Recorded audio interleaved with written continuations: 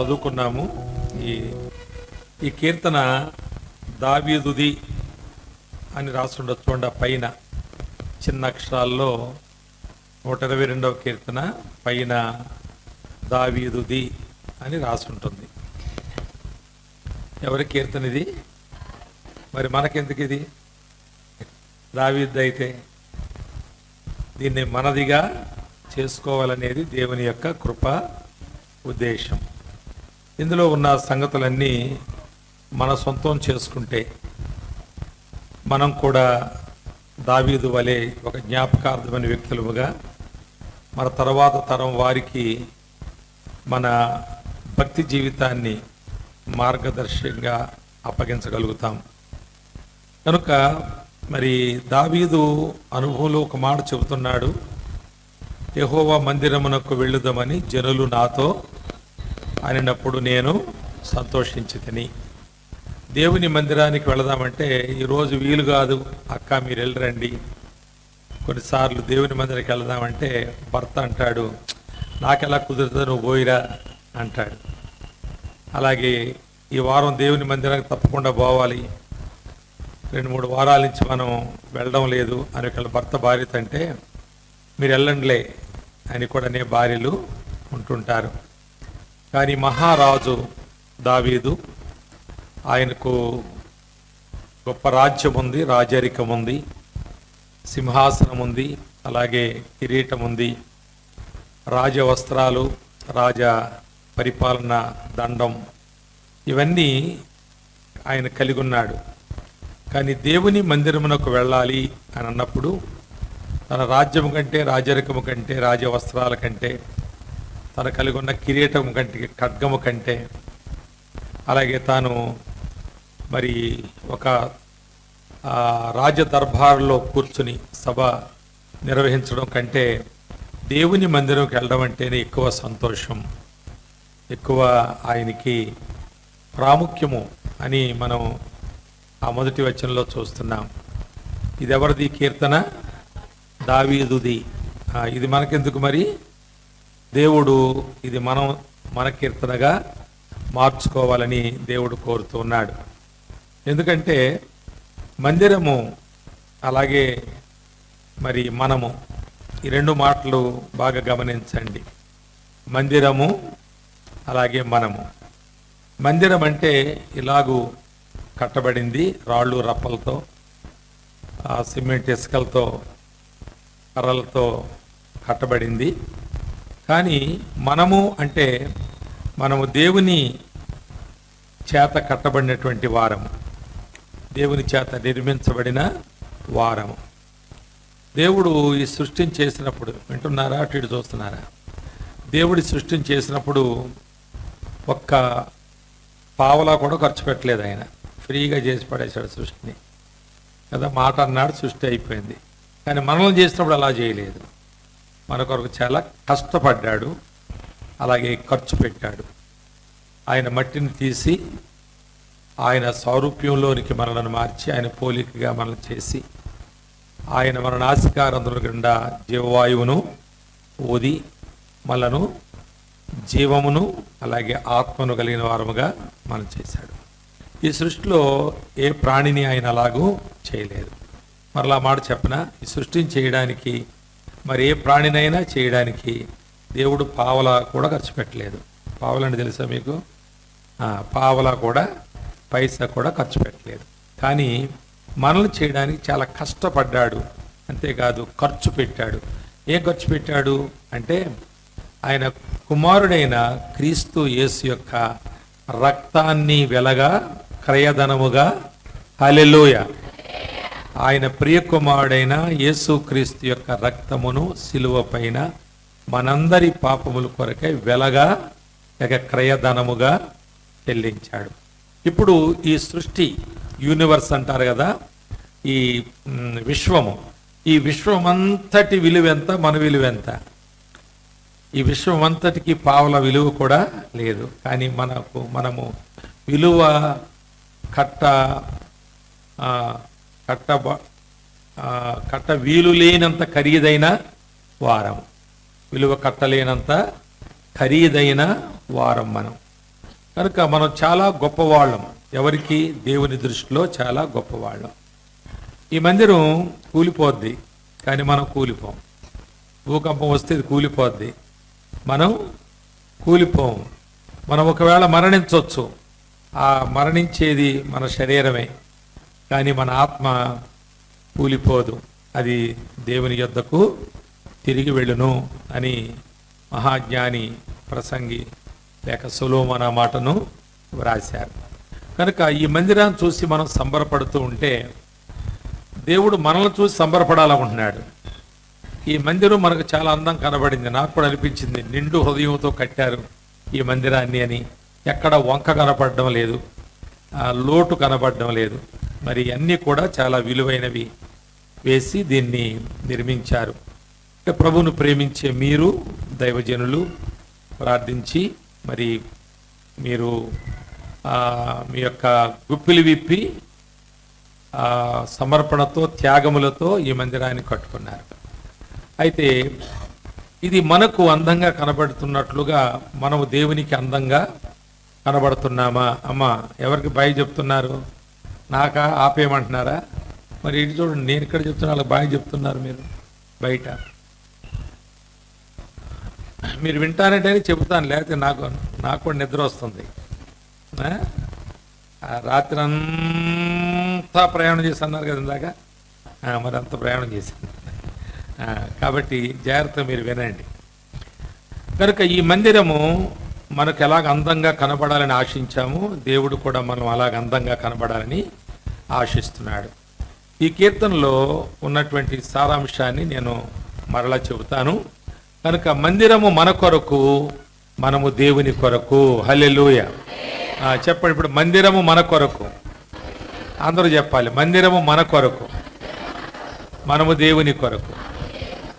ఇందాక ప్రార్థన చేస్తూ ప్రకాష్ గారు కదా, ఆయన పేరు కూడా దైవజనుల కుమారుడు అంటున్నారు, పాకలో ఉన్నాము, అలాగే పెంకుటింట్లో ఉన్నాము, రేకులెళ్లల్లో ఉన్నాము, ఇప్పుడు ఈ విధమైన మందిరం మాకు ఇచ్చాం. పాకలో ఉన్నప్పుడు పాక మన కొరకు, మనము దేవుని కొరకు. రేకులు షెడ్లో ఉన్నప్పుడు రేకుల షెడ్ మన కొరకు, మనము దేవుని కొరకు. తర్వాత ఇప్పుడు ఇందులో ఉన్నప్పుడు ఇది మన కొరకు, మనము దేవుని కొరకు. కనుక దేవుని మందిరము అనే మాట, దేవుని బిడ్డలమైన మనము దేవుని సంఘముగా ఇక్కడ కూడుకుంటూ ఉన్నాం. కనుక దేవునికి ఏది ముఖ్యం? మందిరమా మనమా? మనమే ముఖ్యం కదా. అయితే మనమందరము కలిసి దేవుని మందిరానికి వచ్చినప్పుడు మనం సంఘముగా ఉంటాము, మనము దేవునికి సంతోషాన్ని కలిగిస్తాము. తరువాత వధువు అని ఒక పేరు ఉంది, పెండ్లి కుమార్తె ఉందా మీ బైబిల్లో? చదివారు ఎప్పుడైనా? వధువు అనే మాట, పెండ్లి కుమార్తె అనే మాట చదివారు కదా. అయితే వధువు అంటే పెండ్లి కుమార్తె. మరి ఈ మందిరం వధువు కాదు, పెండ్లి కుమార్తె కూడా కాదు. మరెవరు పెండ్లి కుమార్తె? సంఘం, మనమే. కనుక ఈ మందిరము పెళ్లి కూతురు కాదు, దీన్ని పెళ్లి కూతురులా తయారు చేస్తారు. మనమేమో ఏబిరాసుల్లాగా అంత అందంగా ఉండాలని దేవుడు కోరుకుంటున్నాడు, అంత అందంగా మనం ఉండడం లేదు. ఇది ఎంత అందంగా ఉండాలని కోరుకుంటున్నాం. రేపు క్రిస్మస్ ఏదో వస్తే దీన్ని పెళ్లి కూతురులాగా తయారు చేస్తారు. దీన్ని ఇంకా ఎక్కువగా బయట ఇంకా ఏవో కట్టేస్తారు, చూసి లైట్లు పెట్టేస్తారు, స్టార్ కట్టేస్తారు పోటీల మీద. ఇదంతా మనం చేస్తుండగా ఆయన దీన్ని చూడడు, కానీ ఆయన చేసే వారిని చూస్తాడు. చేసేవారు ఆయన పెండ్లి చేసుకోబోయేవారు. మీకు ఒక్క మాట చెప్తాను వినండి. మందిరము ఇది, ఈ మందిరము మనకు అమ్మగారి ఇల్లు, పరలోకం భర్తగారి ఇల్లు. అత్తగారి ఇల్లు కాదు, అక్కడ అత్తలు ఉండరు, నిర్భయంగా వెళ్ళిపోవచ్చు మనం అందరం. మనకు గొడవలే ఉండవు అక్కడ అత్తలతోటి. ఈ మందిరము మనకు అమ్మగారి ఇల్లు, మరి పరలోకము భర్తగారి ఇల్లు. కానీ ఒక మాట జ్ఞాపకం చేసుకోండి, అమ్మగారింటికాడ ఉండగానే ప్రధానం అవుతుంది, అంతేనా? ప్రధానం ఇక్కడే అవ్వాలి. ప్రధానం అవ్వాలంటే పెళ్లి కొడుకు వచ్చి చూసుకున్నప్పుడు మనల్ని మెచ్చుకోవాలి. మనం బాగున్నాం అనుకోకపోతే చేసుకుంటాడా? చేసుకోడు, ఇంకోటి చూస్తానంటాడు. కాబట్టి అందుకే ఏం చేస్తారంటే వీళ్ళు బాగా తయారు చేసేసి కూర్చోబెడతారు. వాళ్ళిద్దరికి తర్వాత గొడవలు వస్తాయి. ఆ గొడవలకు మూల కారణం ఏంటంటే ఆ రోజు కనపడ్డట్టు ఈ రోజు కనపడతలేదు అంటాడు. మరి రోజు అలా తయారై కూర్చోడదు ఆయన ముందు. ఆ రోజు ఏమో తళుక్కుని మెరిశావు, నేను మోసపోయాను, ఇప్పుడు ఇంకోళ్ళు మెరుస్తారు ఆయనకి. కాబట్టి ఈ తళుకులు వెలుగులన్నీ మరి ఆడి మెచ్చడానికి, ఆ వచ్చినోడు మెచ్చడానికి మన తల్లిదండ్రుల ప్రయత్నాలు, తోబుట్టుల ప్రయత్నాలు, ఇరుగు పొరుగులు అమ్మాయి మెచ్చుకోవాలని అబ్బాయి కొరకు ఇంకేమేమో ఉన్నాయి లేని పక్కింటోళ్ళు కూడా తెచ్చి పెడుతుంటారు అబ్బాయి మెచ్చుకోవాలని. ఆ చీర బాగాలేదు, నా చీర తెస్తానుండని పక్కింటి మీద చీర తెస్తుంది. ఇవన్నీ కారణం ఏంటంటే పెండ్లి కుమారుడు మెచ్చుకోవాలని. అమ్మగారింట్లోనే పెండ్లి కుమారుడిని, పెండ్లి కుమార్తెను పెండ్లి కుమారుడు మెచ్చుకుని వెళ్ళిపోతాడు. పెళ్లి చేసుకోవడానికి మధ్యలో కొంత టైం ఉంటుంది. ఆ తర్వాత ఇంక పెళ్ళి అయితే అక్కడికి వెళుతుంది. ఈ మాట పౌలు కొరింథీయులకు రాసిన 2వ పత్రికలో చెబుతాడు. ఆ మాట చదువుదాం చూడండి, చిన్న ఎక్సర్సైజ్ లాగా. బైబిల్ తీయండి. కొరింథీ 2వ పత్రిక 11వ అధ్యాయంలో 11వ అధ్యాయంలో 2వ వచనం, దేవాశక్తితో మీ ఎడల ఆసక్తి కలిగి ఉన్నాను, ఎందుకనగా పవిత్రురాలైన కన్యకనుగా ఒకడే పురుషునికి అనగా క్రీస్తుకు సమర్పింపవల్లని మిమ్మును ప్రదానము చేసి తిని అంటున్నాడు. కాబట్టి ప్రధానం ఎక్కడ దొరుకుతుంది? అమ్మగారింటి దగ్గర దొరుకుతుంది. కనుక దేవుని మందిరంలో మనకు ప్రధానం జరగాలి. ప్రధానం అంటే పెండ్లి కుమారుడు మెచ్చేటట్లుగా మనము ఇక్కడే సిద్ధపడాలి. ఈ తర్వాత మనకు అక్కడ బయట ఇక్కడ వలె సిద్ధపడే అవకాశాలు ఎక్కడ మనకు ఉండవు. కనుక దేవుని మందిరములో మనం చేరి వచ్చినప్పుడు ఈ తల్లిగారింట్లోనే మనము అందంగా సిద్ధపడడానికి దేవుని వాక్యము చేత దైవజనులు మనకు అన్ని పోస్తుంటారు, అన్ని స్ప్రే చేస్తుంటారు, మనకి సుగంధాలు రాస్తుంటారు. మనం అందంగా కనపడడానికి మన హెయిర్ స్టైల్ కానీ, మనం ఎలా ఉండాలో, మన కట్టుబడి ఎలా ఉండాలో, మన ముఖ వైఖరి ఎలా ఉండాలో, పెండ్లి కుమారుడు ఎలాంటి వాడు, అతను తగినట్లుగా ఉండాలంటే అమ్మాయిని ఏ విధంగా తయారు చేయాలని పెండ్లి కుమార్తె తల్లిదండ్రులు అనుకుంటారు, అలాగే దైవజనులు కూడా అనుకుంటూ ఉంటారు అలా తయారు చేయాలని. అలాగ మనం ఇక్కడ తయారు కావాలి. అది చాలా ప్రాముఖ్యమైన మాట. ఇందాక ఒక చెప్తున్నారు, వచ్చి వెళ్ళిపోవడం కాదు దేవుని మందిరానికి. ఇక్కడకు వచ్చి మనము పెండ్లి కుమారునికి తగినట్లుగా ఉండాలంటే ఎలాగుండాలి అని మనం నేర్చుకోవాలి. పరమగీతం అని ఓ గ్రంథం ఉంది కదా ఇందులో మనకి. అందులో 4వ అధ్యాయంలో 7వ వచనంలో ఒక గొప్ప మాట, అంటే పెండ్లి కుమారుడు వధువును సంబోధించిన మాట అక్కడ మనకు కనిపిస్తుంది. 4వ అధ్యాయంలో చదవండి ఎవరైనా. 7వ వచనము, నా ప్రియురాల నీవు, అది ఇది ఆయన పెండ్లి కాక ముందు వ్రాస్తున్న ఉత్తరంలాగా, నా ప్రియురాల నీవు అధిక సుందరివి అంటున్నాడు. ఆ రోజు నేను చూసినప్పుడు అసలు ప్రపంచంలో మరో స్త్రీ లేదు, నువ్వే, నీ అంత అందమైన స్త్రీ ప్రపంచంలో ఇంకా లేదు అన్నంతగా నేను నిన్ను గూర్చి నేను గ్రహించాను. అయితే ఇది పెండ్లి కుమారుడు మామూలుగా ఎవరైనా మీ ఊర్లో ఒక అమ్మాయికి పెళ్లి చేయాలంటే పెండ్లి కుమారుడు వచ్చి చూసి నచ్చి వెళ్ళిన తర్వాత ఈ మాట ఉత్తరంలో రాయొచ్చు. నేను వచ్చినప్పుడు, నేను చూచినప్పుడు, నేను ఎందరినో చూశాను కానీ నేను చూచినప్పుడు నీవు అధిక సుందరివిగా నాకు కనబడ్డావు అని చెబుతాడు.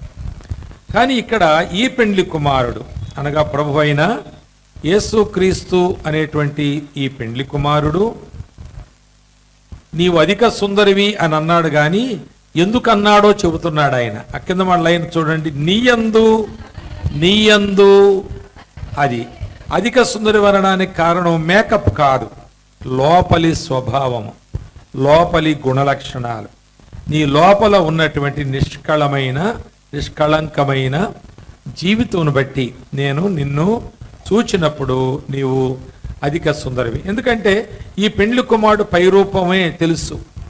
మన ఊర్లో ఎవరైనా పెళ్ళైతే చూసుకోవడానికి వచ్చిన పెండ్లి కుమారుడికి పై రూపాన్ని చూస్తాడు, కానీ దేవుడు మన లోపలి రూపాన్ని చూస్తాడు.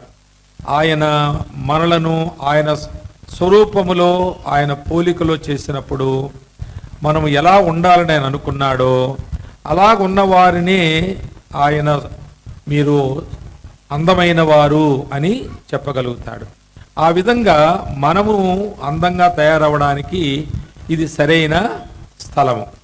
ఇందులో షూలామితి అని ఆమె పరమగీతంలో పెండ్లి కుమార్తె షూలామితి అని, అలాగే పెండ్లి కుమారుడు ప్రభుని యేసుక్రీస్తుకు పోల్చబడినవాడని దీని యొక్క పాఠము, దీని తాత్పర్యము.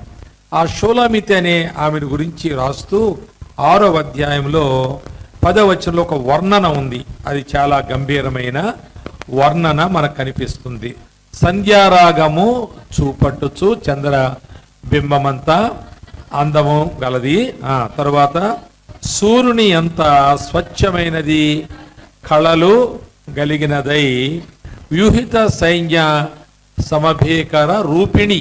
అది పెండ్లి కుమార్తెను గురించి ఆ పెండ్లి కుమారుడు మరి ప్రియురాల నీవు నాకు అతి అధిక సుందరివిగా కనిపిస్తున్నావు, నీవు అతి సుందరమైనటువంటి దానవుగా నేను నిన్ను జ్ఞాపకం చేసుకుంటున్నాను.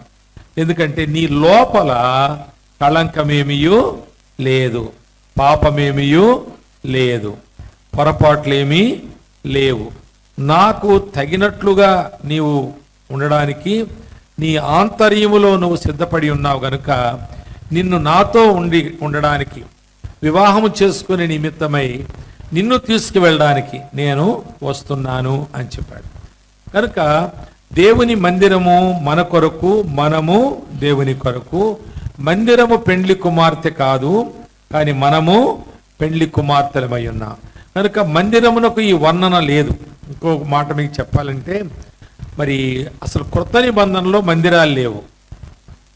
ఈ మందిరము లేకముందు రేకుల షెడ్ అన్నారు, అది లేకముందు పాక్ అన్నారు, అది లేకముందు కూడా సంఘం ఉంది. అది ఒక ఇంట్లో కూడుకున్నారు, ఒక వరండాలో కూడుకున్నారు, మరొక ఏదన్నా హాల్ హైర్ చేసి అద్దెకు తీసుకుని అందులో కూడుకున్నారు తెలియదు. ఒక స్కూల్ వరండా పైన కూడుకున్నాం చాలా కాలం మేము, అది కూడా సంఘమే, అది కూడా పెండ్లి కుమార్తె. కనుక ఆ పాక కానీ ఆ రేకుల షెడ్ కానీ ఇది కానీ, ఇంకా దైవజనులు చెప్పారు ఇది ప్రారంభము, దీనిపైన ఇంకెన్నో అంతస్తులు కట్టవలసి ఉంది అన్నారు. అది కానీ పెండ్లి కుమార్తె మాత్రం కాదు. పెండ్లి కుమార్తె మనమే. కనుక కొత్త నిబంధనలో మందిరాలు లేవు, పాత నిబంధనలో మందిరాలు ఉన్నాయి, సంఘము లేదు. పాత నిబంధనలో సంఘం లేదు, క్రొత్త నిబంధనలో మందిరాలు లేవు. పాత నిబంధనలో మందిరాలు ఉన్నాయి, క్రొత్త నిబంధనలో సంఘం ఉంది. ఇప్పుడు పాత నిబంధనలో మందిరములో నేను నివాసము చేయనట్లు అన్నాడు, కానీ క్రొత్త నిబంధనలో నాకు మందిరం కట్టండి నేను నివాసం చేస్తాను అని అనలేదు.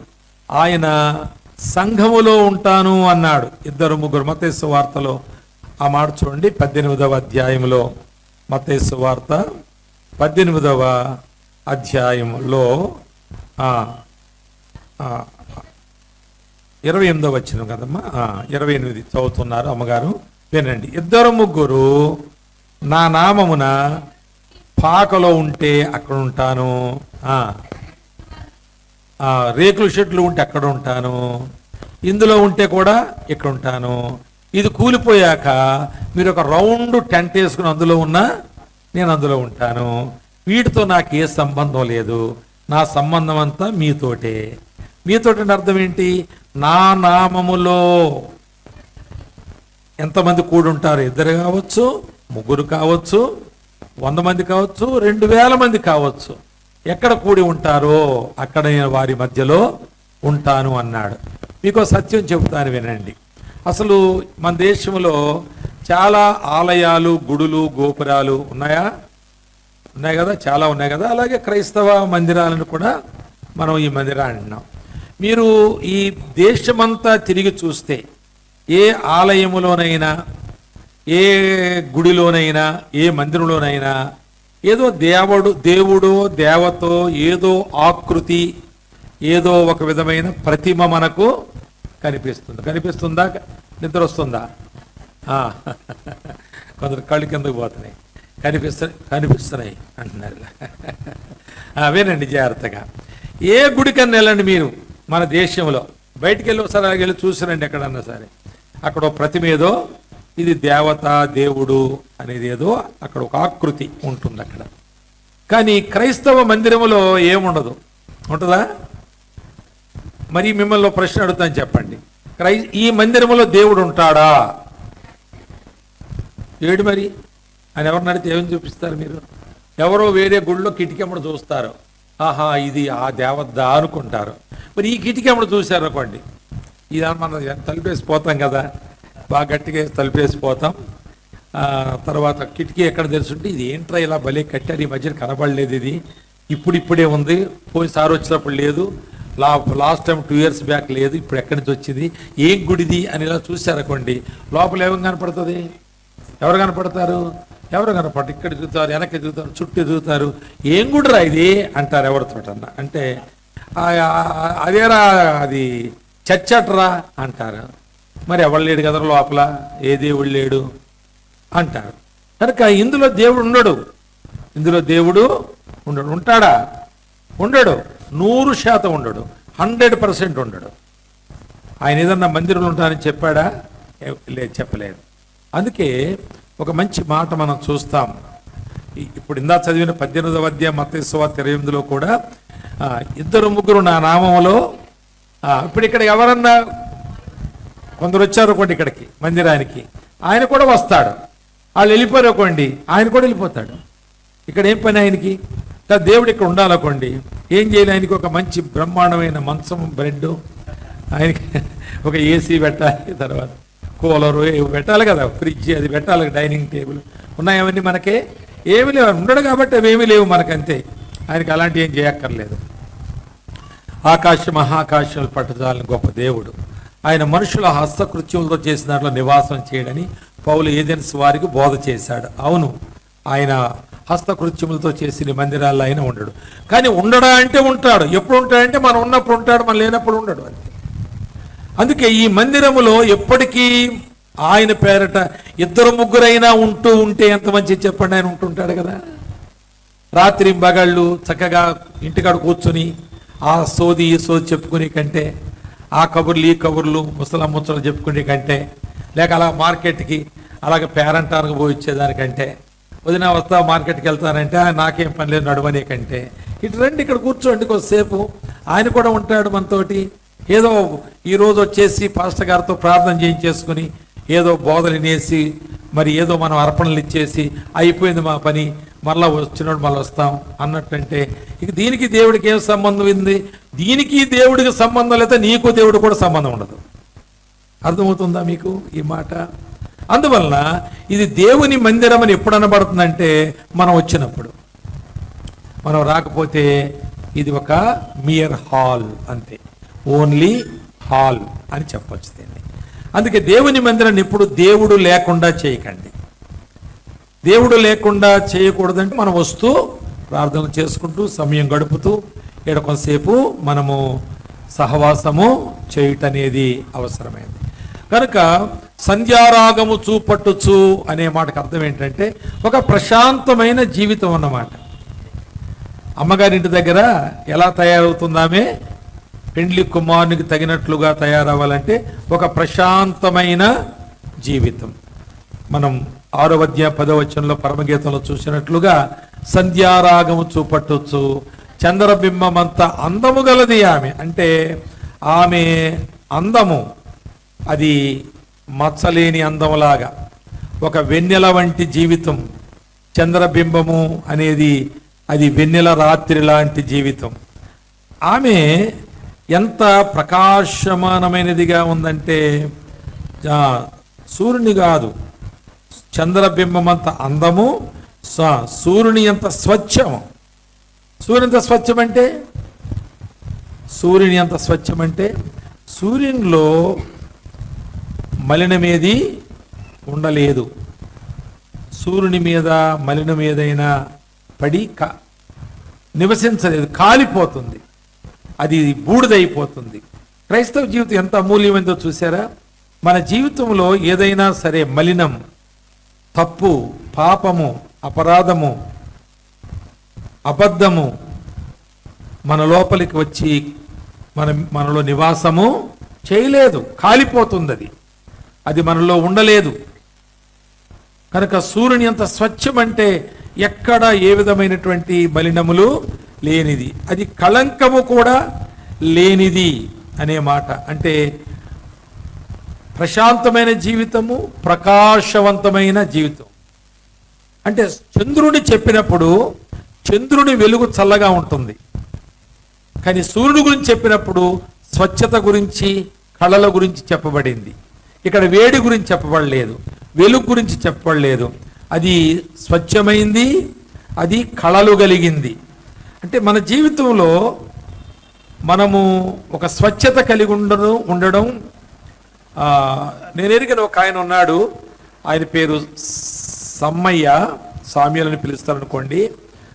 ఆయన ప్రభువుని నమ్ముకున్నందుకు భార్య విడిచిపెట్టి వెళ్ళిపోయింది. పోయేది పోక ఏం చేసిందంటే 30 తులాల బంగారం పట్టుకుపోయింది. భార్యదే, ఆమెకే ఆయన బాగున్నవాడు.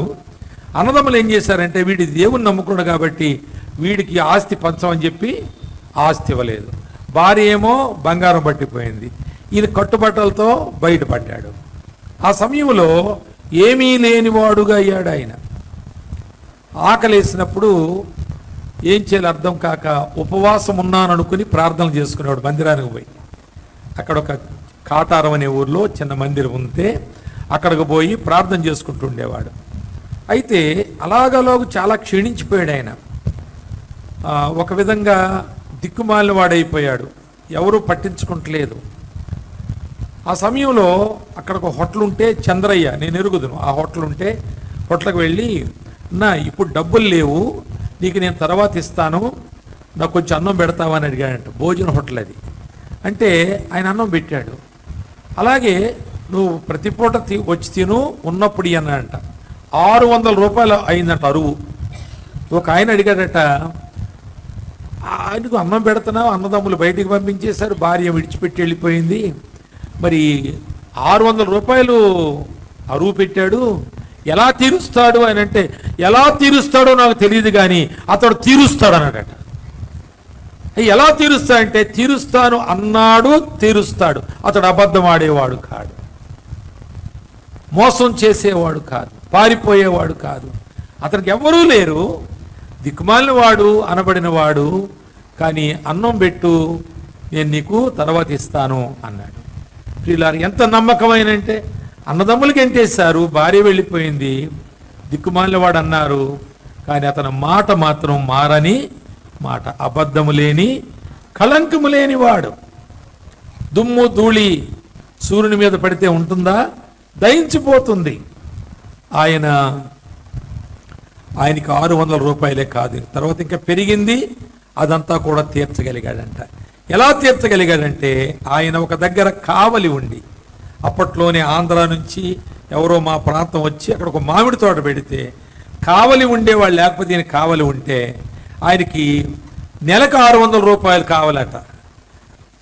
మొదటి నెల 600 రూపాయలు తీసుకుని ఆ హోటల్ ఆయన కట్టేసి, మళ్ళా మాట మార్చడు, ముందు డబ్బులు ఇచ్చేసినా పర్వాలేదు, మాట మార్చేవాడు కాదు. గనుక అతడు అడ్వాన్స్ ఇచ్చాడు. ఆంధ్ర ఆయన అందరూ చెప్పారంట, ఆయనకి ఇవ్వయ్యా, ఆయన మాట మార్చేవాడు కాదు. ఎంత నమ్మకం చూడండి.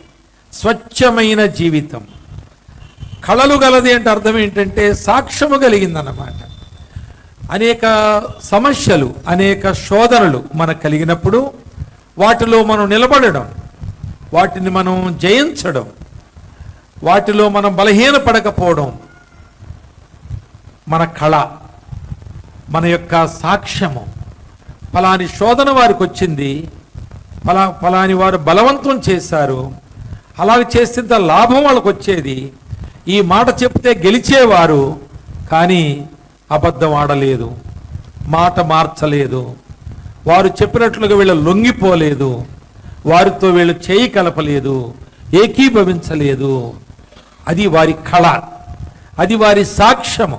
క్రైస్తవ జీవితంలో అలాంటి సాక్ష్యం కావాలి. అలాంటి సాక్ష్యం కావాలంటే పౌరుషం కావాలి. తర్వాత మాట చూడండి, వ్యూహిత సైన్య సమభీకర రూపము, అది పౌరుషం. ఏంటి వ్యూహిత సైన్య సమభీకర రూపం అంటే అర్థం ఏంటంటే, ఒక సైనికుడు శత్రు సైన్యంలో ఉన్నటువంటి వాడిని హతమార్చడానికి తుపాకు ఎత్తిపెట్టి ఒక దగ్గర పొంచి చూస్తూ ఉన్నట్లు అన్నమాట.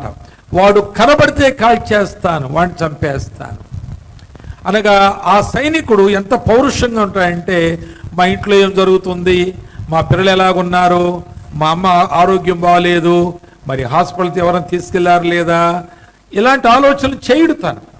అలాంటి సైనికుడు ఒకవేళ ఏదైనా కారణం చేత ఏదో బాంబు పడి దాని ఇనప తునకలు వచ్చి ఈయన కాలు నరికేసినాయి అనుకోండి, కాలు రక్తం కారిపోతుంది, బాగా బాధ పెడుతుంది, మరి కాలు ఊడిపోయినంత పని అయిపోయింది. అయినా కానీ అతడు పౌరుషంగా ఉంటాడు. ఆ కాలును అలాగే భరించుకుంటూ తుపాకు ఎత్తుపట్టి ఆ శత్రువును హతమార్చే వరకు తాను నిద్రపోడు. తన క్షేమాన్ని తాను చూసుకోడు, తన ఇంటి క్షేమాన్ని గురించి ఆలోచన చేయడు. తాను శత్రు సైన్యాన్ని జయించే వరకు నిద్రపోడు. అలాంటి పౌరుషం క్రైస్తవ జీవితంలో నీకు నాకు ఉండకపోతే ఈ కళలు మనకు ఉండవు, ఈ సాక్ష్యాలు మనకు ఉండవు. అది ఇక్కడ మనం చూస్తున్నటువంటి విషయం. కనుక 122వ కీర్తనలో నేను మరికొన్ని మాటలు చెబుతాను, వినండి. మందిర సంబంధులు అనగా ఈ మందిరాన్ని చూసి ఆహా ఓహో మా మందిరం ఎంత గొప్పదో, మా దైవజనులు ఎంత పెద్ద మందిరం కట్టారు అని దీని సందాల గురించి మనం వర్ణించుకుంటూ చెప్పుకుంటూ ఇక్కడ రావడానికి ఇష్టపడవచ్చు. కానీ ఇందులోకి వచ్చిన తరువాత దీన్నే మెచ్చుకుంటూ రావడం కాదు, దేవుడు మెచ్చుకునేలా వచ్చేవారిని దేవుడు కోరుకుంటున్నాడు. హల్లెలూయా. దేవుడు మెచ్చుకునే వారిని ఆయన వెతుక్కుంటున్నాడు. ఇక్కడ అలాంటి వాళ్ళు ఎందరున్నారో వారే దేవుని సంఘం. మిగిలిన వాళ్ళంతా మందిరానికి వస్తారు. మందిరానికి వచ్చే వాళ్ళకి సంఘానికి వచ్చే వాళ్ళకి తేడా ఏంటంటే, మందిరానికి వచ్చే వాళ్ళు ఏమైనా దొరుకుతుందేమని వస్తారు, సంఘానికి వచ్చే వాళ్ళు మేమేమైనా దేవునికి ఇవ్వగలమేమని వస్తారు. అర్థమైందా మీకు? డబ్బులే కాదు. ఇక్కడికి వచ్చిన దాని ద్వారా మాకు ఆశీర్వాదం దొరుకుతుందని వచ్చేవారు మందిర సంబంధులు. కానీ ఆ మందిరానికి వెళ్ళి మేము ప్రభువును అందరితో కలిసి ఆరాధించాలని వచ్చేవాళ్ళు సంఘ సంబంధులు. మళ్ళా చెప్పరా? చప్పలు కొడతాం, అమ్మ కొట్టు, గట్టి కొట్టు, అందరూ కొడతారు. అది అర్థం. ఇప్పుడు సంఘ సంబంధులు చప్పలు కొట్టమంటే మందిర సంబంధంలో ఆగుతారా? ఆళ్ళో కొట్టేస్తారు. కాబట్టి డిఫరెన్స్ తెలిసే దేవునికి, నాకు తెలియదు, అయ్యగారు విజయకుమార్ గారు కూడా తెలియదు. ఇది చిదంబర రహస్యం, మనకు తెలియదు. ఎవరినైనా అమ్మ నువ్వు మందిర సంబంధిలా కనపడుతున్నావు, నువ్వు సంఘ సంబంధిలా కనపడుతున్నావు అంటే ఆమె నా మీద కోపం పెట్టుకుంటుంది, లేచి వెళ్ళిపోద్ది, వాళ్ళకి ఎప్పుడు మందిరానికే రాదు. కనుక మేము డిఫరెన్షియేట్ చేయలేము, మేము డివైడ్ చేయలేము. కానీ దేవుడు చేస్తున్నాడు. దేవుడు ఎప్పుడు చేస్తున్నాడు? ఇక్కడ చేస్తాడు, అక్కడ కూడా చేస్తాడు. ఆయన గొర్రెలు మేకలు కలిసే ఉన్నాయి, వాటిని వేరు చేస్తాడు. మేకలంటే ఎవరంటే మందిర సంబంధులు, గొర్రెలు అంటే ఎవరంటే సంఘ సంబంధులు. మేకలు ఎందుకు వస్తాయంటే ఏమన్నా తుమ్మాకులు దొరుకుతాయో, కాయలు దొరుకుతాయేమో, ఏదైనా దొరుకుతుందేమో మేత తిందామని వస్తాయి అవి. కానీ గొర్రెలు ఎందుకు వస్తాయంటే అవి కాపరికి కృతజ్ఞత కలిగి వస్తాయి. అవి కాపరి కాపరి ఎక్కువ ఉంటే గొర్రెలు ఎక్కువ ఉంటాయి. కాపరి అయితే గొర్రెలు అరిచేస్తుంటాయి, కాపరి కనపడకపోతే గొర్రెలు అరిచేస్తాయి. దొడ్లో పెడతారు, రాత్రి గొర్రెలు చక్కగా పండుకుంటాయి, కడుపు నిండా తిని నెమరేసుకుంటూ పడుకుంటాయి. ప్రొద్దుట కాపరి వెళ్ళేసరికి వాటి గోల చూస్తే ఆనందం అన్నమాట. వాటి అరుపులు చూస్తే ఇంత అంతా కాదు. ఆయన ఎప్పుడైతే తీసేస్తాడో, ఎప్పుడైతే తలుపు తీస్తాడో ఆ దొడ్డిది, అవి గబగబా బిలబిలా బయటకు వచ్చేస్తాయి. ఈయన తీసేసి బిలబిలా బయటకు వచ్చి అక్కడే ఉంటాయి. ఈయన ముందు వెళ్తుంటే ఆయన వెనకాల వెళ్తాయి. ఎప్పుడన్నా గొర్రెల కాపరి వెనకాల అంటూ చూసారా మీరు? ఆయన ముందే నడుస్తాడు, గొర్రెలు వెనకాల నడుస్తాయి. కాపరిని చూసుకుంటూ అడుగుజాడల్లో అవి పోతాయి. కానీ మేకలకు కాపరి వెనకాల ఉంటాడు. ఎందుకంటే ఎటుపోతాయో తెలియదు, ఎటు గడ్డి దొరికితే అటే పోతాయి అవి. ఇవి అలా పోవు. ఇవి కాపరి ముందు వెళ్తుంటే వెనకాల వెళ్తాయి. ఇంకో విచిత్రం ఏంటంటే కాపరి వీటిని ఎక్కడ వాటి డొక్క నిండేలాగా పచ్చగడ్డి దొరుకుతుందో ఆ పచ్చిక బీళ్లలోనికి గొర్రెలు తీసుకువెళ్తాడు. గొర్రెలు తీసుకెళ్ళిన తర్వాత అంతవరకునేమో పొడుగ్గా నడుస్తాయి ఆయన కూడా. అక్కడికి వెళ్ళాక ఆయన చుట్టూ ఉంటాయి. ఆయన ఎక్కడ ఉంటాడు అక్కడ ఆయన చుట్టూ చేరిపోయి ధీమాగా ఉంటాయి. కాపరేమో కర్రబట్టి నిలబడి ఉంటాడు. అవి తల వంచుకుని గడ్డి తింటాయి. ఎందుకంటే ఈ కాపరి మమ్మల్ని కాపాడేవాడు. హల్లెలూయా. సింహాలు రాని, తోడేళ్లు రాని, ఎలుగుబంట్లు రాని, ఏ శత్రువైనా రాని ఆయన చూసుకుంటాడు. మమ్మల్ని మేపడానికి తీసుకొచ్చాడు, మమ్మల్ని చంపడానికి తీసుకురాలేదు అనేదేమో సంఘం. మాకేం దొరుకుద్దా అని వచ్చేదేమో మేకలు, మేమేమి ఇవ్వాలా అని వచ్చేవాళ్ళు గొర్రెలు. అది సంఘం. వారు ఆశీర్వాదాల కొరకు వస్తారు, వీరు ఆరాధన కొరకు వస్తారు. ఆ తేడా. నువ్వెందుకు వస్తున్నావో నేను నీవే పరీక్షించుకోవాలి. కాబట్టి క్రొత్త నిబంధన సంఘములో మనం ఉన్నాం. దానికి ఏమంటాయంటే కొరింథీయులకు రాసిన మొదటి పత్రికలో 3వ అధ్యాయములో 16వ వచనం, మనమే దేవునికి ఆలయమై ఉన్నాము. చదువుతారా 16వ వచనం? కొరింథీ మొదటి పత్రిక 3వ అధ్యాయము 16వ వచనం చదవండి అమ్మా. మీరు దేవుని ఆలయమై ఉన్నారు. అమ్మా చాలు, చాలా మంచి మాట. ఇంకొక మాట కూడా చదువు. మనం దేవుని ఆలయమై ఉన్నాము. తర్వాత ఎఫెసీ పత్రికలో 2వ అధ్యాయములో 22వ వచనములో ఆయనలో, ఎఫెసీ 2:22, మీరు కూడా ఆత్మ మూలముగా దేవునికి నివాస స్థలమై, దేవుని నివాస స్థలం కాదు, దేవునికి నివాస స్థలము. We are the house of God. మనము దేవునికి నివాస స్థలము, ఆయనకు నివాస స్థలం. ఆయన మనలో నివాసం చేయడానికి, మనలో ఆయనకి చోటు ఉంది. ఇందులో నివాసం చేయడు ఆయన మనలో నివాసం చేస్తాడు. దాన్ని సంఘము అని అన్నారు. సరే, ఇప్పుడు 122వ కీర్తనలో మనం వచ్చి కొన్ని మాటలు మనం జాగ్రత్తగా చూచి తర్వాత మనం ముగించుకుందాం. చూడండి, 122వ కీర్తనలో 3 ముఖ్యమైన మాటలు మీకు చూపిస్తాను. మీకు ఇంట్రెస్ట్ ఉందా లేదా? ఒకరి బైబిల్ ఒకరు తెరవకండి, ఒకరికొకరు సహాయం ఏం చేయకండి. బైబిల్ తీయలేకపోతే వాళ్ళే మంచోళ్ళు, తీయగలిగితే తీయండి. 122 నేను కదపను, 122 తీసి పెట్టేసుకోండి. ఇంకేటో కదలకండి, మీరు అటు ఇటు చూడకండి. 122వ కీర్తనలో 3 మాటలు చెబుతాను. ఒకటి యెహోవా మందిరము. చూడండి, మొదటి మాట యెహోవా మందిరము అనే మాట చూస్తున్నాం. అంటే ఈ యెహోవా మందిరము అంటే ఈ మందిరం, ఇది మన కొరకు. ఇంకో మాట చెప్తాను వినండి, మీకు ఇంకొక ముఖ్యమైన మాట చెప్పాలి. దేవుడు ఈ సృష్టిని చేసినప్పుడు కూడా ఈ సృష్టిని మన కొరకే చేశాడు, మనలను తన కొరకు చేసుకున్నాడు. ఆ మాట గమనించాలి మీరు. ఇది సృష్టి ఆరంభం జరిగిన విషయం. సృష్టిలో ఏముంది? పంచభూతాలు అంటాం. అంటే ఏంటి? భూతాలను చేయాలా? కాదు.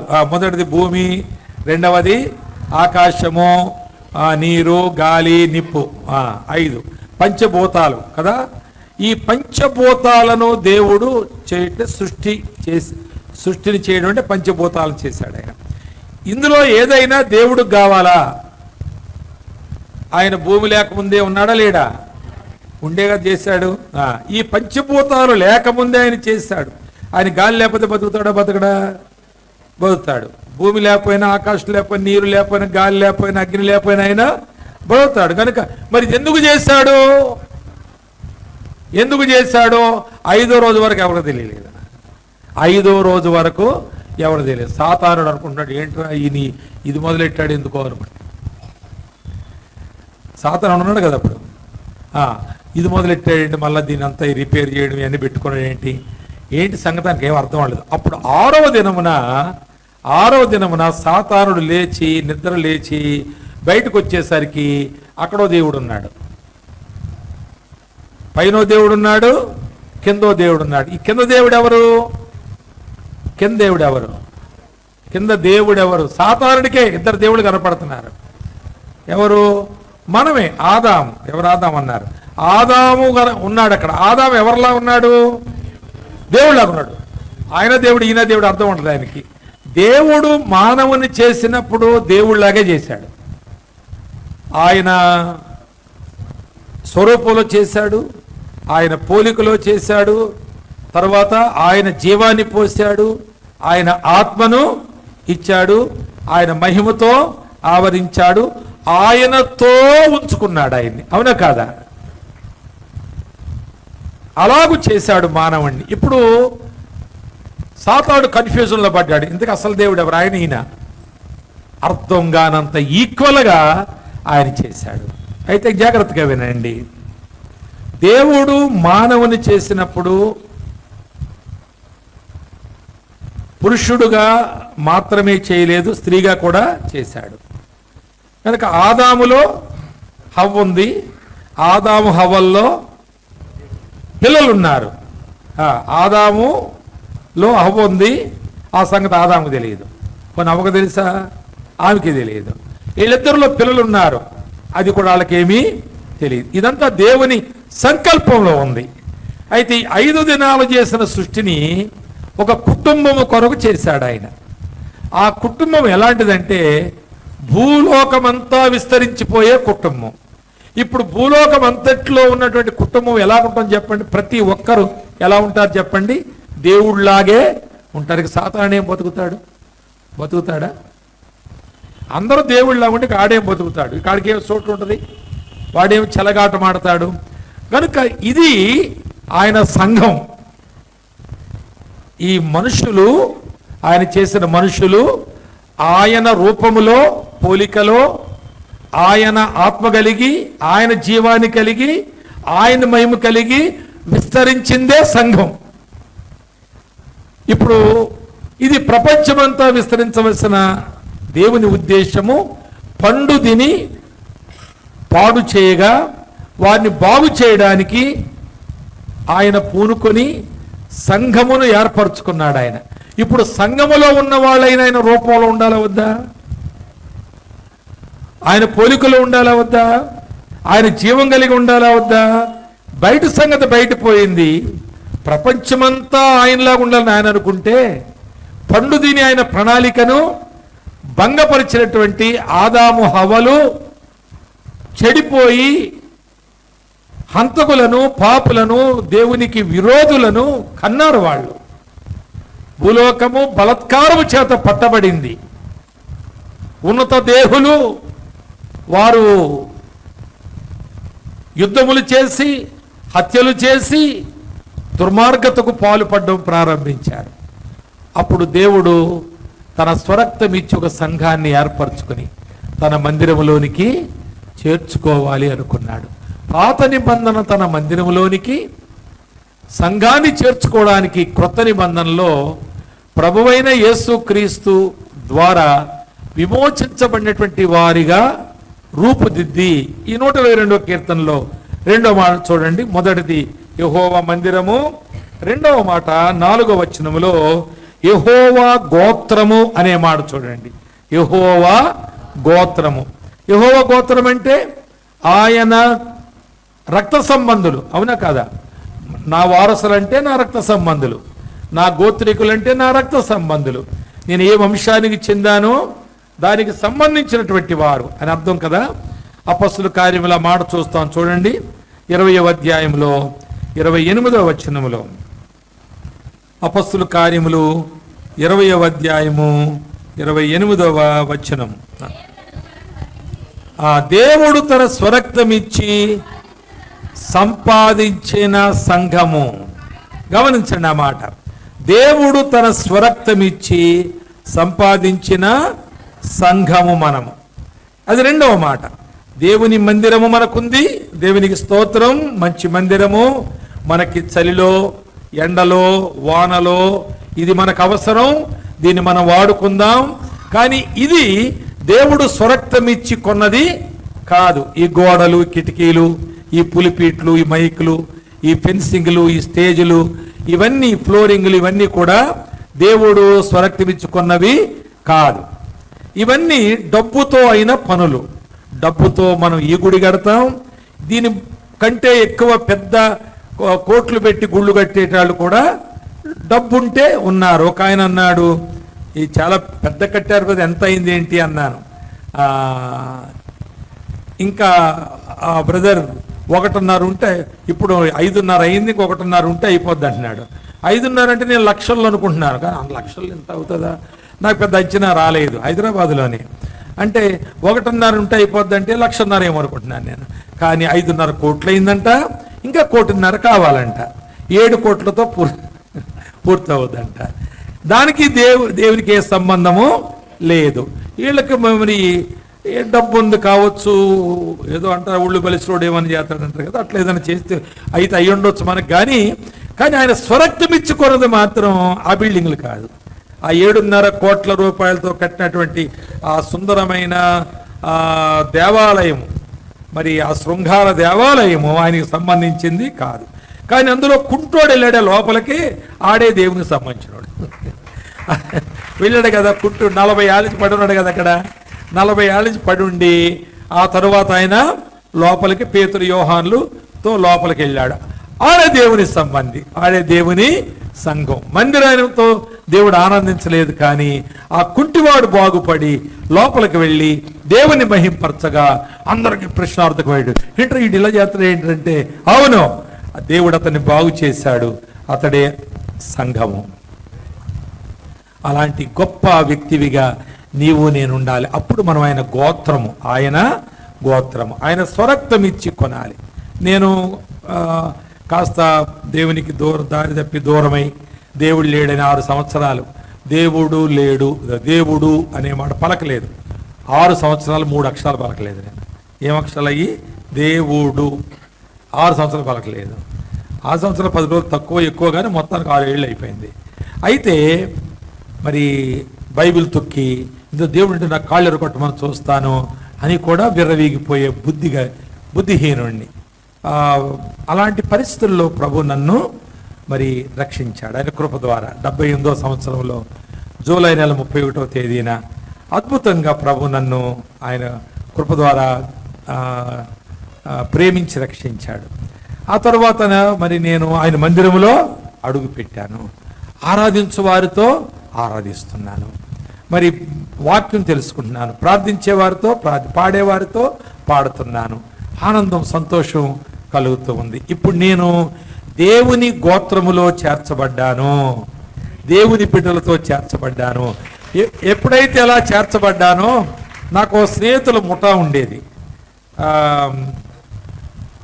వాళ్ళకి నా మీద అనుమానం వచ్చింది, ఇడేది అమెరికా పోయేటట్టున్నాడు, డబ్బులు తెచ్చుకోవడానికి ఇళ్లలో చేరాడు అనుకున్నారు. కానీ నాలో ఏం జరిగిందో ఇందాక అయ్యగారు చెప్తున్నారు, చాలా చక్కని మాట. ఇలా మందిరం చూసినా డబ్బు ఎక్కడ వచ్చిందో ప్రశ్నలు వచ్చేస్తాయి, సాధారణంగా వస్తాయి, ఎవరికన్నా వస్తాయి. వాళ్ళు అలాగ అనుకున్నారు. కానీ రాను రాను కాలక్రమేపీ వాళ్ళు అనుకున్నారు, లేదురా ఇది అమెరికా పోతలేదు, ఎక్కడికి పోతలేదు, కానీ మనతో వస్తా లేదు, మన బుద్ధులు లేవు. అంతకుముందు అన్నిట్లో ఉన్నట్టే కదా ఒక ముఠా ఉందంటే, స్నేహితుల ముఠా. అయితే ఎందులోకి రావడం లేదు. అసలు ఆఫీస్ నుంచి వస్తే డైరెక్ట్గా మన ట్రూప్లోకి వచ్చేసేవాడు, మన దగ్గరకు వచ్చేసేవాడు, ముందు తానే ప్రణాళిక వేసేవాడు, రేపు ఏం చేయాలనేది, అందరిని అక్కడ రమ్మనేవాడు. ఇప్పుడు ఏంటి డైరెక్ట్గా ఇంటికి వెళ్ళిపోతున్నాడు ఆఫీస్ నుంచి, రావడం లేదేంటి, ఇలాంటి ప్రశ్నలు వాళ్ళకి వచ్చినాయి. ఇప్పుడు నేను ఆ గోత్రంలోంచి ఈ గోత్రంలోకి వచ్చాను, అది విషయం మీకు చెప్పేది. నేను ఏ గోత్రంలోకి వచ్చాను? నేను దుష్టుల ఆలోచన చొప్పున నడిచే నేను, పాపుల మార్గంలో నిలిచే నేను, అపహాసకులు కూర్చుండే చోట కూర్చుండే నేను. ఇప్పుడు ఎక్కడ వచ్చాను? యెహోవా ధర్మశాస్త్రమందు ఆనందించుచు దివారాత్రములు దాన్ని ధ్యానించు ధన్యుడనయ్యాను నేను. హల్లెలూయా. అది ఆయన గోత్రం. నువ్వయ్యావా? ఆ గోత్రంలోకి నువ్వు వెళ్ళావా? మందిరంలోకి వస్తున్నావా? ఆ గోత్రంలోకి వెళ్ళావా? ఆయన వంశావళిలోకి నువ్వు వెళ్ళావా? ఆయనను తండ్రి అని పిలవడానికి ఆయన స్వరక్తమిచ్చి కొనుక్కున్న కనిన కుమారుడివేనా నువ్వు? కుమార్తెవేనా నువ్వు? చెప్పండి. అది నీకు తెలియాలి. నాకేం తెలుసు? మీ ముఖాలు దాదాపుగా కొత్తగా చూస్తున్నాను నేను. ఎవరిని నేను ఎరగను, బహుశా నన్ను కూడా మీరు ఎవరు ఎరగరు, కానీ దేవుడు మాట్లాడదు. ఇక్కడ ఎవరు మాట్లాడని వచ్చారు మీరు? నేనని కాదు, ఇందాక కూడా మాట చెబుతున్నారు. ఆయన ఎవరో మాట్లాడుతున్నాడని కాదు మీరు అనుకునేది, దేవుడు మాట్లాడు. తెస్సలోనికీయులకు రాసిన పత్రికలో ఒక మంచి మాట మీకు ఎప్పటికీ జ్ఞాపకం ఉండాలి. చూడండి, ఆ మాట చూడండి. మీరు సొమ్మసిల్లిపోక ముందు నేను ముగిస్తాను. ఈ వచనాలు చూడండి, ముఖ్యమైనవి కదా ఇవి. మొదటి పత్రిక 185 పేజీలో, కొత్త నిబంధనలో మొదటి పత్రిక 2వ అధ్యాయము 13వ వచనం. 13వ వచనం చదువుతాను వినండి. మీరు దేవుని గూర్చిన వర్తమాన వాక్యము మా వలన అంగీకరించినప్పుడు, మనుష్యుల వాక్యము, ఎవరు చెప్తున్నారు ఈ మాటలు? పౌలు వాక్యం చెబుతున్నాడు. పౌలు వాక్యం చెబుతుంటే మనుష్యులు దానిని మాకు చెబుతున్నారు అని వారు అనుకోకుండా వారు ఏమనుకున్నారంట, ఇది నిజముగా దేవుని వాక్యము, ఇది నిజముగా దేవుడు నాతో మాట్లాడడానికి తీసుకుని వచ్చాడు. మరి ఇందాక ఆ ఇండస్ట్రియల్ డెవలప్మెంట్ చైర్మన్ గారు ఉన్న ఆ సర్పంచ్ అమ్మ గారు పక్కన ఎవరు కూర్చున్నారు కదా, ఆయన వాళ్ళు ఉన్నా దేవుడు వాళ్ళతో మాట్లాడేవాడా? మాట్లాడకపోనా? మాట్లాడతాడు. కానీ వాళ్ళు ఉండరు, మరి వాళ్ళు ఉండరు, వాళ్ళంతా వచ్చిపోతారు.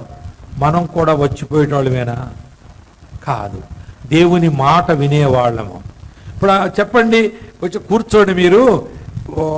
ఎక్కడి నుంచో ఒక ఆయన వచ్చాడు, ఆయన వాక్యం చెప్తాడంటే మాకు పని ఉందండి అంటాను కదా. వారికి దీంతో సంబంధం ఉండదు. కానీ మనం కాళ్ళు లాగినా, కింద కూర్చోబెట్టినా, తర్వాత మనకు భోజనం పెడతామని పేపర్లు వేశారు, దాని కొరకు కూర్చున్నామా మనం? వాళ్ళు పెట్టేది మీరు ఎప్పుడు తినలేదా? ఎన్నోసార్లు తినేసిందే మళ్ళీ పెడుతున్నారు. అంతే కదా. కొత్తదే ఏనుగును కోసి పెడతలేదు కదా మనకి. ఏనుగును కోసి పెడితేనేమో విందు, అబ్బాయి ఏం విందు చేశారండి, ఎప్పుడు తినొచ్చామని మన ఊరంతా చెప్పుకుంటాం. ఏంటి మళ్ళీ అదే కదా. కాబట్టి దాని గురించి మనం ఇక్కడ లేము. దేని గురించి ఉన్నామంటే దేవుడు నాతో మాట్లాడతాడు. ఆ ఆశతో ఇక్కడికి రావాలి, ఆ మాట మనం పొంది వెళ్ళాలి. అది 2వ మాట. నీవైన గోత్రములో చేరావా, కేవలం మందిరకు వచ్చి వెళ్ళిపోతున్నావా? దేవుని మందిరం అంటే చాలా బాగుంటుందండి, పోవాలండి, ఓసారి చూడాలండి, పోవాలండి ఓసారి. ఏం కట్టారండి, ఒక్కసారైనా చూడాలండి, అడుగు పెట్టాలని అమ్మగారు దాకా అంటున్నారు. నన్ను ఎప్పుడు పిలిచినా ప్రార్థన చేసుకోవడానికి వస్తానంటుంది. కాబట్టి అందుకు కాదు మనం వచ్చేది. అలా అంటే ఆవిడ తెలియదు పాపం. ఆమెకు తెలిస్తే అలాగెందుకంటది? ఆమెకు అసలు ఈ సంగతి ఏంటో ఆమెకు తెలియదు. పాస్టర్ గారికి అంటే చాలా అభిమానం ఆమెకి అనిపించింది. నాకు ఆయన దైవ సమానుడిగా చూస్తుందామే. పాస్టర్ గారు ప్రార్థన చేస్తేనే నేను గెలిచాను, మళ్ళా ఎలక్షన్ నిలబడ్డప్పుడు గ్యారంటీగా ఆయనతోనే ప్రార్థన చేయొచ్చు అనేదే కదా ఉద్దేశం. కానీ నిజంగా ఇప్పుడు పాస్టర్ గారికి ఒక యాక్సెస్ ఉంది. అసలు ఆ మాటకు వస్తే మనందరికి ఉంది. నన్ను మీ బిడ్డ అనుకోండి అంది. మీరందరూ మా చచ్చిపోయిన మా అమ్మ జ్ఞాపకం చేసుకుని మీ అందరిలో మా అమ్మని చూస్తున్నాను అంది. పోయి బిడ్డ బయటికి రా అనాలి. నేను మాట చెప్పడానికి వచ్చా నీతో అని చెప్పాలి. మనందరికి ఇచ్చిన ఛాన్స్ ఆమె. మనం ఎప్పుడైనా వెళ్ళొచ్చు. పాస్టర్ గారు కబురెట్టి మరీ సువారు చెప్పొచ్చు ఈసారి ఆమెకి కూర్చోబెట్టి.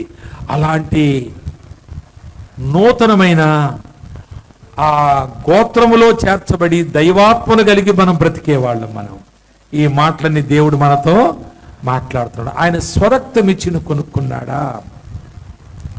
1978వ సంవత్సరంలో జూలై నెల 31వ తేదీన ఒక గదిలో ఒక ఆయన నాకు వాక్యం చెబుతున్నాడు. వాక్యం చెప్తాడని వెళ్ళలేదు, పేపర్ చదువుకుంటా నేను కూర్చుని. ఆయన నాకు వాక్యమేం చెప్పలేదు. నా పక్కన నా స్నేహితుడు నడుతున్నాడు, నేను యేసు నమ్ముకున్నాడు అన్నాడు. ఆయన నా గురించి 4 మాటలు మంచి మాటలు చెప్పాడు. మంచోడండి, నమ్మలేదు కానీ మంచోడండి, మందిరకు వస్తాడు రాడు కానీ మంచోడని అన్నాడు ఆయనతోటి. సరే, మందిరాన్ని రానోడు నమ్మనోడు మంచోడు అయితే ఏమి లాభం, చివరికి నరకాను పోవడమే కదని ఆ దైవజనుడు అనుకుని నాకు వాక్యం చెబుతున్నాడు. బాబు, నన్ను గణపరచు వారిని నేను గణపరచుదును అంటే. ఆయన చాలా ఏజ్డ్. ఆయన ఇప్పుడు ఎంత ఏజ్ నాకు అంత ఏజ్ ఆయనకి. అప్పుడు మరి నేనప్పుడు 27 ఇయర్స్, నాకు 27 సంవత్సరాలే నాకు వయసు. అందుకే బాబు అన్నాడు, బాబు నన్ను గణపరచువారు నేను గణపరుస్తాను, నన్ను తృణీకరించువారు తృణీకారం పొందుతారని దేవుడు అంటున్నాడయ్యా, కాబట్టి ఈ వయస్సులో మీరు దేవుని నమ్ముకోవాలయ్యా అని ఆయన చెబుతుంటే దేవుని ఆత్మ కార్యం నాలో, నేను అందుకు వెళ్ళలేదు. నేను సినిమాకి వెళ్దాం వెళ్ళాను. అసలు చివరి హిందీ సినిమా, నాకు ఇష్టమైన యాక్టరు, చివరి సినిమాకి పోదామంటే ఆ రోజు నాకు హాలిడే కూడా మీ ఇంటికాడ ఒకటి వెళ్ళిపోతారని మా ఆవిడ అంటదేమని, ఎలాగ తప్పించుకోవడం సరికి ఆ పుణ్యాత్ముడు ఎవరో పిలిచాడు నన్ను, కృష్ణయ్య అని. ఏమండి ప్రకాష్ గారు ఖాళీగా ఉన్నారే, వాటి పోయొద్దామా అని సికింద్రాబాద్ వెళ్ళాం. అక్కడ దగ్గరే వెళ్ళాం. అక్కడ ఈ రక్షణ భాగ్యం నాకు దొరికింది. దేవుడు నన్ను రక్షించాడు. 78వ సంవత్సరం జూలై నెల 31వ తేదీ మధ్యాహ్న కాలంలో బహుశా ఈ సమయంలో ప్రభు నన్ను రక్షించారు. ఎంత ఆనందం అండి. ఆనాటి నుంచి ఈనాటి వరకు కూడా నేను దేవుని బిడ్డగా మార్చబడ్డాను, దేవుని కుమారుడుగా మార్చబడ్డాను, పరలోక పౌరునిగా మార్చబడ్డాను, పరలోక రాజ్యవాసిగా నేను మార్చబడ్డాను. ఈ మాట చెప్పిన భూమి మీద ఉండగా దేవుడు నాలో నివాసం చేస్తే భూమి విడిచిపెట్టాక నేను వెళ్ళి ఆయనతో నివాసం చేస్తాను. హల్లెలూయా. అర్థమైందా?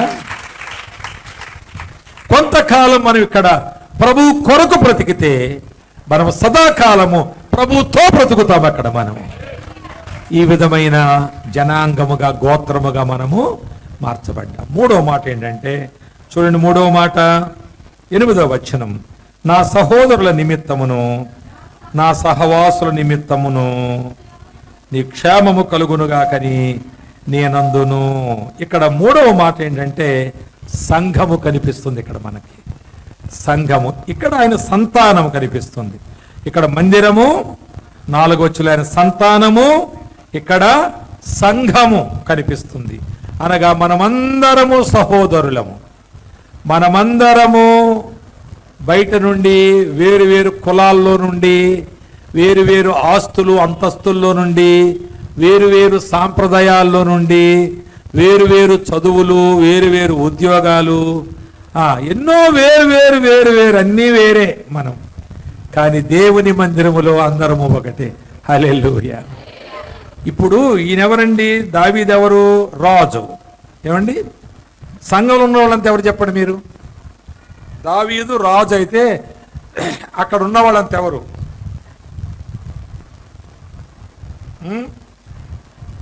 చెప్పలేరా? సాయంకాలం చెప్తారా? సాయంకాలం రారేమో మీరు చాలామంది. చెప్పండి, సాయంకాలం భోజనాలు లేవు తెలుసా మీకు? వేనండి. సరే, ఇక మీరు ఎందుకు వచ్చారు, ఎందుకు వస్తారో సాయంకాలం తెలుస్తుంది. సంఖ్య లెక్క పెడతారు మళ్ళీ. నేను మొఖాలు కూడా గుర్తుపెట్టుకున్నా కొన్ని. సరే వినండి జాగ్రత్తగా. ఇక్కడ దావీదు ఉన్నాడు. ఈ కీర్తన దావీదు ఉన్నాడు.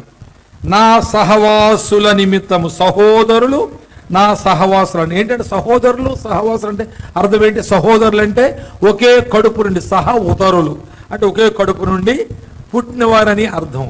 నా సహవాసులు అంటే నాతో ఎల్లప్పుడూ కలిసి ఉండేవాళ్ళు. భూమి మీదే కాదు పరలోకములో కూడా కలిసి ఉండే, అది సహవాసం. భూమి మీదే కలిసి ఉండే స్నేహం అంటారు దాన్ని. చచ్చా కూడా కలిసి ఉండేవాళ్ళు ఎవరు చెప్పండి? సహవాసులు. అది సంఘము సహవాసం అంటే అర్థం అది. ఇది ఇక్కడికి వచ్చి వందనాలు అని చెప్పుకుని పోయేది కాదు సహవాసం. అందరూ కలిసి కూర్చుని పోయేది కాదు. సదాకాలము నిలిచి ఉండే స్నేహమే సహవాసం. బతికున్నప్పుడు, భూమి మీద ఉన్నప్పుడు, చనిపోయినప్పుడు, పరలోకులు ఉన్నప్పుడు కూడా సహవాసం. ఇప్పుడు దావీదు సహోదరులు ఎవరు, సహవాసులు ఎవరు చెప్పండి? ఆయన రాజ్యములో తన చేతి కింద పనిచేసేవారే. తన చేతికి తన ఆజ్ఞ ఇస్తే తల వంచి జీ హుజూర్ అనుకుంటూ పరుగు పెట్టవలసిన వాళ్ళే. ఎవరు అక్కడ అంటే పరుగెట్టుకొచ్చి చెప్పండి అయ్య గారు అనేవాళ్ళని. ఆయన ఏమంటున్నాడు? మందిరంలోకి వచ్చాక ఏమంటున్నాడు? నా సహోదరులు. బయట వేసిన వేషాలు ఇక్కడ వేయకూడదు అనుకుంటున్నాడు ఆయన. వీళ్ళంతా ఎవరు? నా సహోదరులు, నా సహవాసులు. వీళ్ళతోనే నేను యుగాయుగాలు ఉంటాను దేవుని రాజ్యములో. కనుక దేవుని మందిరంలో సమానత్వం ఉన్నది, విభేదాలు లేవు.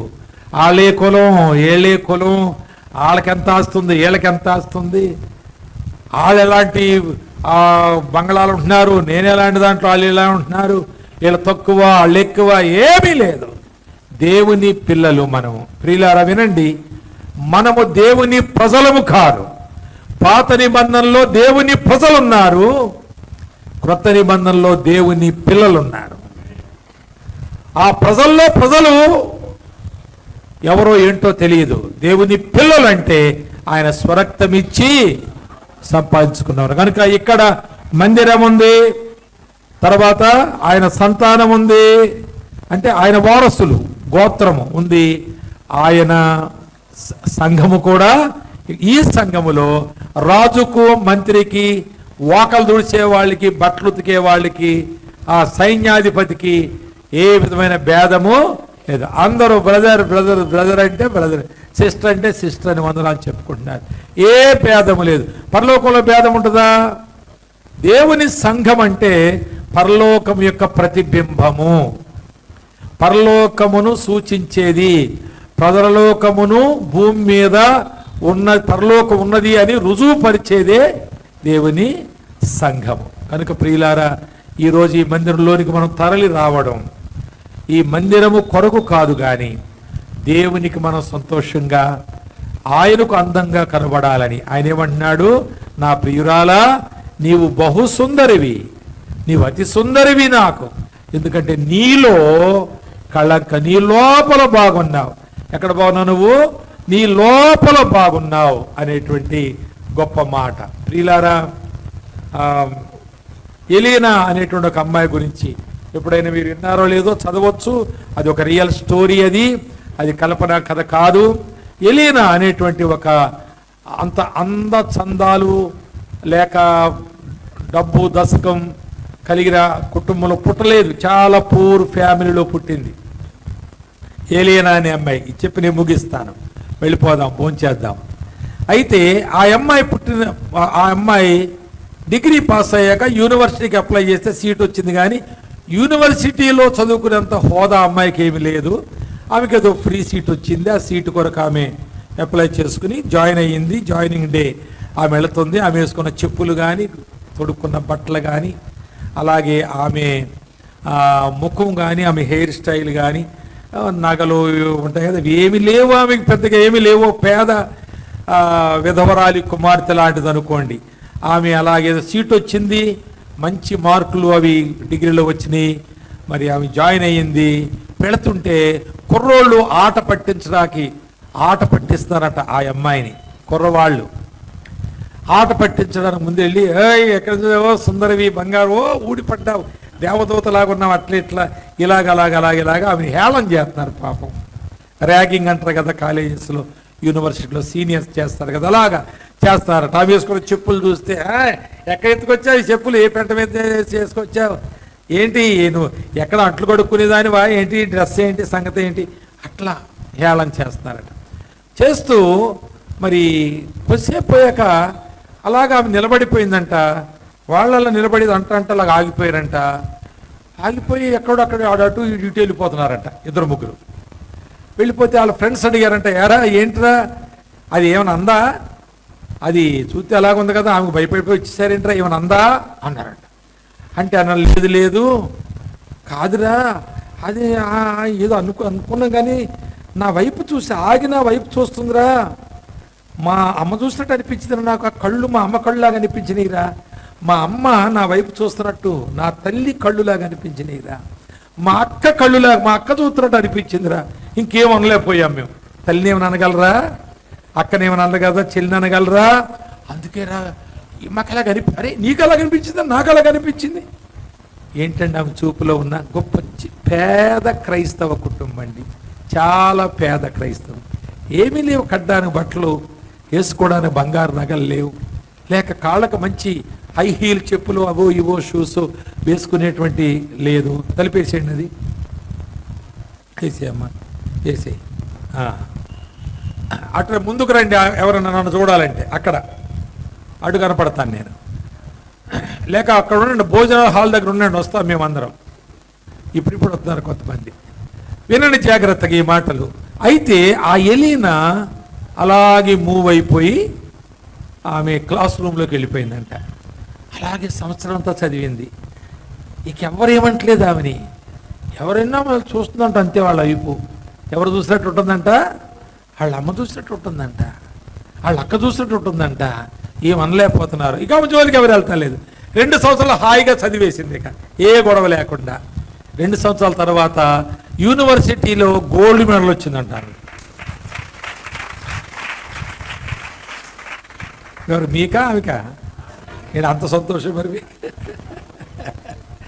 అలా రావాలి మనకి. మరి దావీదుది కీర్తన అది మంద కావాలి, ఎలీనాలాగా మనం కావాలి. అప్పుడే ఈ సంబరం చప్పట్లు ఇంటికి చెప్పుకోవాలి. మీరు ఈ మాటలు బతికితే అలా బతకాలి, లేకపోతే ఎందుకు బతుకు. చర్చికి పోయి ఏడుద్దామరా, ఆయన రావాలి 2-3 తీసుకుని. అయితే గోల్డ్ మెడల్ వచ్చిందంట. గవర్నర్ని పిలిచారు. గవర్నరు ఆమె గోల్డ్ మెడల్ ఇచ్చారు. తర్వాత వైస్ ఛాన్సలర్ గారు ఆయనకు పట్టా ఇచ్చారు. అయితే వాళ్ళ department head of the department అంటారు కదా ఆమె సబ్జెక్ట్కి, ఆయన లేచి మైక్ తీసుకుని ఎలీనా వ్రాసినటువంటి పేపర్కి మేము మార్కులు వేసాము, ఆమెకి గోల్డ్ మెడల్ వచ్చింది. ఆమె రాసిన పేపర్కే మేము మార్కులు వేశాం, కానీ ఆమె వ్యక్తిగత జీవితానికి మేము మార్కులు వేయలేము, మా వల్ల కాదు అన్నాడట. ఆమె క్యారెక్టర్కి మేము మార్కులు వేయలేము, ఆమె ప్రవర్తనకు మార్కులు వేయలేము, ఆమె దీనత్వానికి మార్కులు వేయలేము.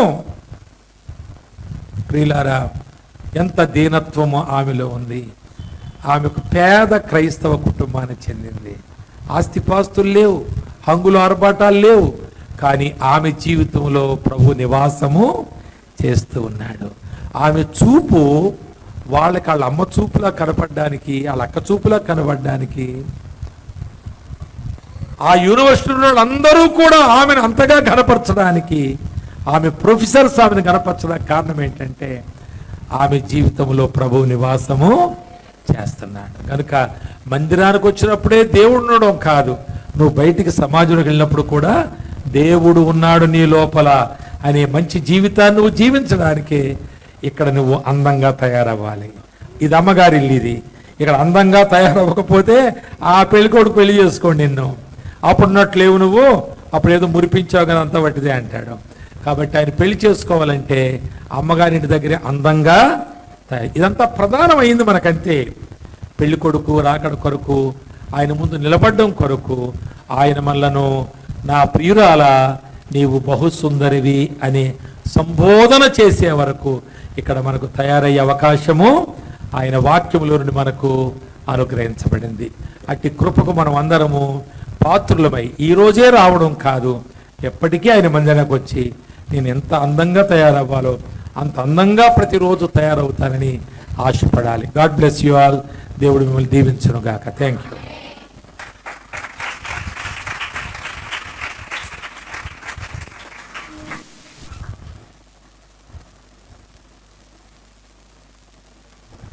ప్రార్థన చేద్దాం. మోకరిస్తారా?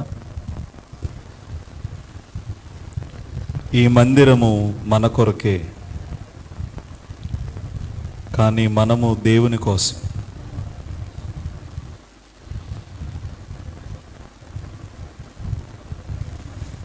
దేవుడు ఈ మందిరం కొరకు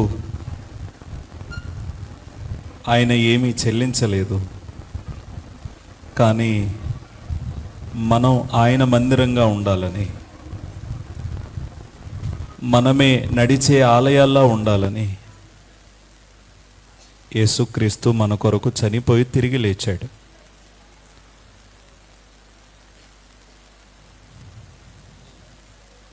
ఈ మందిరం మనకు కనిపిస్తుంది, కానీ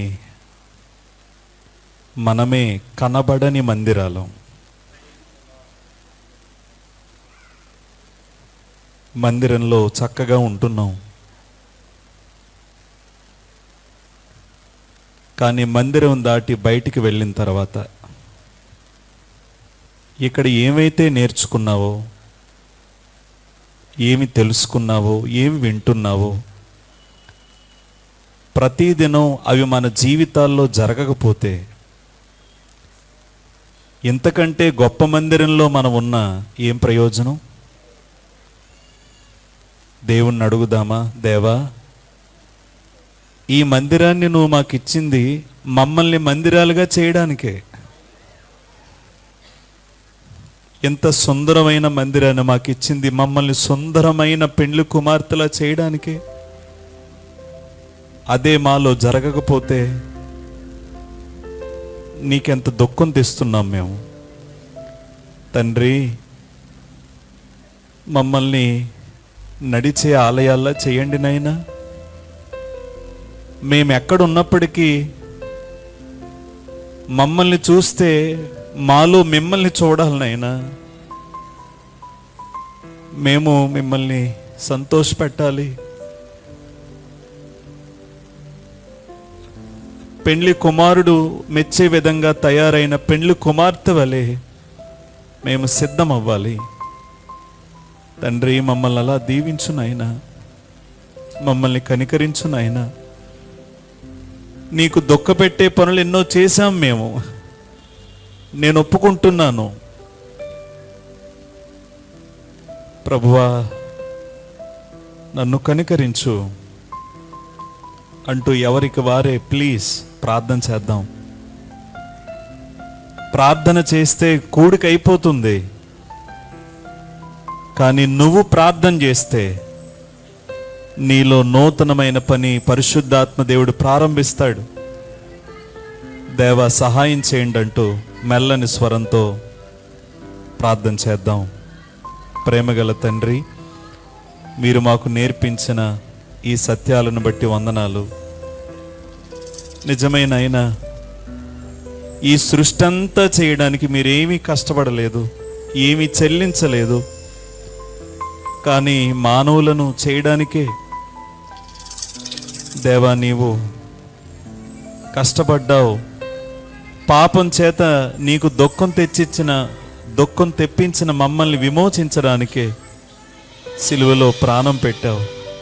గొప్ప దేవా, ఈ మందిరాన్ని మీరు మాకిచ్చింది దేవా నీ మందిరాలుగా మేం జీవించడానికే.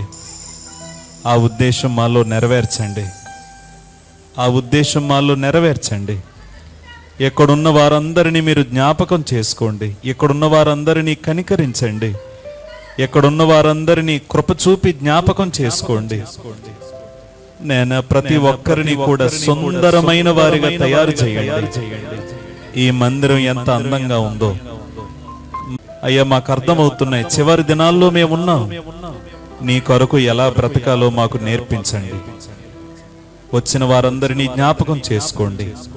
జరగబోతున్న ప్రతి కూడికను మీ నామానికి మహిమకరంగా జరిగించండి. యేసు నామములోనే ప్రార్థిస్తున్నాము తండ్రి, ఆమేన్. కూర్చుందాము.